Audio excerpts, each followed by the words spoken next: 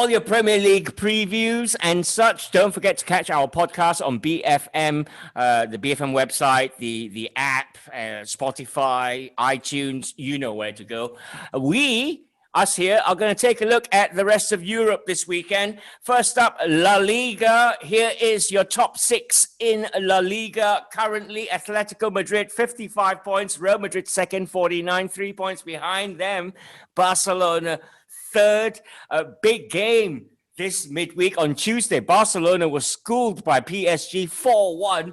Kylian Mbabbe, Bob Holmes, with a stunning hat trick. I think the picture of the actual game was PK tugging at Mbappe's shirt whilst Mbabbe was all just a blur of feet. Yeah, it said it all. It was one of those pictures that said more than 1,000 words, wasn't it? I mean, you had the whole thing there, the new conqueror running away from an old aging player who can't keep up with him without resorting to foul means. And Piqué had only just come back from a lengthy absence, a former rock at the back of the Barcelona defense. And really, there was a unique symmetry about this midweek, the three games, when you saw a real changing of the guard, the eclipse of Messi and Ronaldo, and the arrival of Haaland and Mbabbe. Yeah. And it's not often you get that happening. I mean, obviously, there's more to come from Messi, particularly. It's not all over yet. But there were signposts there that the end of an era is coming. Clear signposts. And you know, I checked the stats for Champions League goals, and it's quite amazing that people might think, oh, nobody has ever be as good as Messi and Ronaldo again. You know, we'll never see their like again at the same time. But Haaland and Mbabbe have scored far more goals in the Champions League than Ronaldo and Messi did at the same age. I wrote it down here. It's overwhelming. It's I think 28 between them compared to 15 of Ronaldo and Messi. And when at this age, Messi had scored half a dozen goals in the Champions League, and Ronaldo hadn't scored any. So these guys are ahead of the game in terms of goals, and the power that they have, or the speed that they have.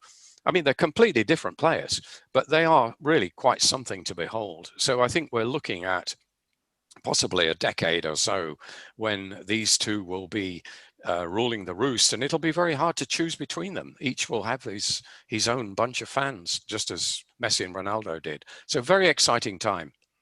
Spain's other side, Sevilla, were introduced to the other chap that Bob's been talking about, Erling Braut Haaland. Sevilla 2, Dortmund 3, Des Corgil. Erling Braut Haaland is a throwback. He's your number 9, old school English number 9, with all the pace and skill. He is, but if this is a Spanish segment, I'm rather bemused why we're not mentioning Luis Suarez and Atletico Madrid. However, let's go on Sevilla and let's go on what's going on in the world of Spain. They've just come up against PSG and Borussia Dortmund, are coming good at a perfect time, and the Spanish teams have just hit the wrong hurdle at the wrong time. They'll be back. They'll be back. You look at the Spanish league, Real Madrid are second, Barcelona are third, so even much wanted Sevilla, who got Haalanded this week. They're in the top 4 as well. But the big Spanish teams, Barcelona and Real Madrid, they've got the resources to buy over. I think Real Madrid have anyway, government. I'm not sure about Barcelona, although I'm sure they'll get some kind of a buyout from them. But the question about Haaland and the question about Mbabbe, remarkably this week, has been, where will they go? Yeah. Who will buy them? Yeah. And that, to me, is just so soul-destroying. So soul-destroying, because it means Borussia Dortmund, who are a giant of a club, are seen as a make-weight. PSG, backed by a government, are seen as a make-weight. Don't you share my horror of this? Yeah. Commodities now just passed along to the biggest bidder. PSG is a commodity, right? They are, and that's bad enough as well that Mbabbe is there. But the fact that you're talking monopoly figures when the rest of the world is going through an economic crisis. You've heard this from me for over a decade, Ross, but we're now just reaching horrible, obscene discussions about footballers. They kick a ball. They kick a ball very well. They have a big following. It's all very good. But the figures they're talking about and the dismissal of big football clubs such as Borussia Dortmund, Haaland, he can only improve by moving to X, drives me insane. He won't go to Man United, by the way, because Roy Keane destroyed his dad's career. So I doubt United. but the fact that we're talking about not what he can do for Dortmund, but how he can move on to a bigger club. Come on, let's start to scream and shout about this. All right, in La Liga this weekend, Atletico Madrid top 6 points clear, take on 11th place Levante. That's Saturday, 11:15. Valladolid in 18th against second place Real Madrid, Sunday, 4 a.m. Barcelona in third, take on Cadiz in 15th. That's Sunday at 9 p.m. Quick look at the Italian Serie A. That's your top six. Inter Milan 1 point clear now and top ahead of AC Milan. The big game of the weekend, Gogs, is the Milan derby. Yeah. Do you fancy that? Yeah, I think everyone should be fan. I think we should be bigging up that instead of the Merseyside derby, if you ask me. Yeah, good players on strike. Inter Milan, I think Inter will probably shade this one, in a big way, if you ask me. Ibrahimovic and all that, it's going to be playing out. But the Milan derby, it's good to see the Milan clubs back in where they belong after a while in the wilderness. There is a 6 point gap between the top two and Roma in third, Bob Holmes. Who do you fancy for the Milan derby? Red or blue for you? Tough one, isn't it? Milan have come back from the wilderness, haven't they, in the recent years? But for me, I mean, I'm dodging that question, of course. But for me, the story is Juventus's decline.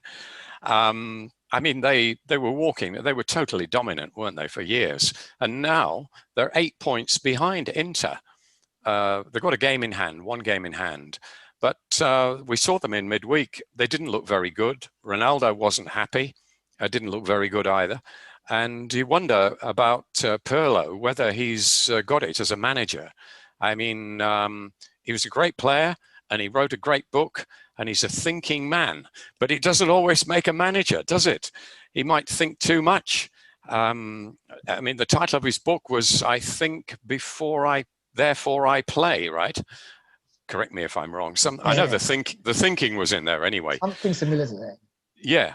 And it's not, he's another rookie. He's another Frank Lampard, isn't he? Even bigger rookie than Lampard was. Plunged straight into that.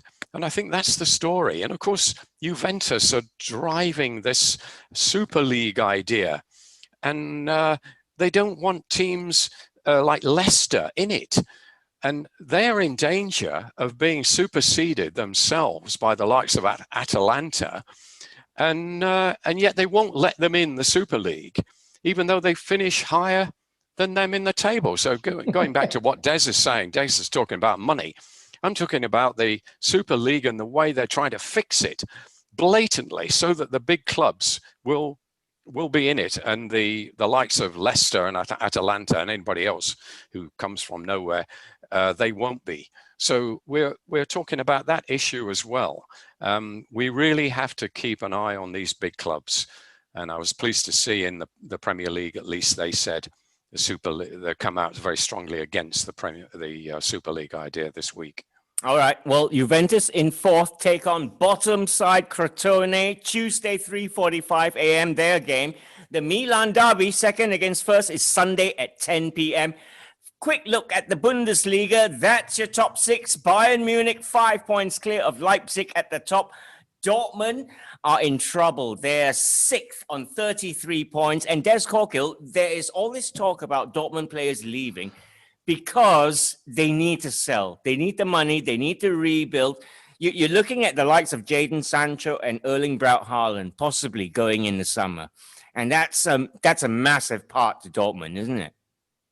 Not if they make a shed load of cash out of them so they can rebuild and regurgitate, because that's been their business model ever since, I think it was 97, 98, where they'd won the European Cup, then they got themselves into huge financial problems. And so they've had this as a financial model. Again, though, you look at that top six and Bayern Munich are how many points? 5 points clear without having played well. Leipzig, we saw a very limited side in the game against Liverpool, competitive. But if that's your second best in the country, I'm not convinced that everybody tells me that this Bundesliga is great. I'm not convinced. I watched snippets of it on Fox at the weekend. I can rarely last more than 10 or 15 minutes because to me, it's not great attacking football. Maybe the lack of atmosphere is there. Maybe my lack of belonging in terms of teams. I just don't think it's a great league. And part of that is because your teams aren't allowed to develop. Your Dortmunds have got to sell. That is part of the business model. They'll sell one abroad and one to Bayern Munich, and then everybody else disappears. So a Leipzig will come in, they'll sell all their players. It's a nice business model, but tell you what, as a fan, it's like supporting Southampton forever. In a week when Bayern Munich literally announced that they're signing Upamecano from Leipzig for next season. It's done deal. No questions. Bayern are involved in the top game in the Bundesliga this weekend. Eintracht Frankfurt third against Bayern Munich. First is Saturday at 10:30. Dortmund are away at bottom side Schalke. Schalke, I think, on their fourth or fifth manager this season. That's Sunday at 1:30. That's a big derby. It's a big derby, that one. Right, that's it. That's a very brief look at the weekend's football. Of course, check out our EPL previews and reviews on BFM Radio. For now, I say thanks to Des Corkill, to Bob Holmes, and to Gogolin. Everybody have yourselves a great weekend. Bye now.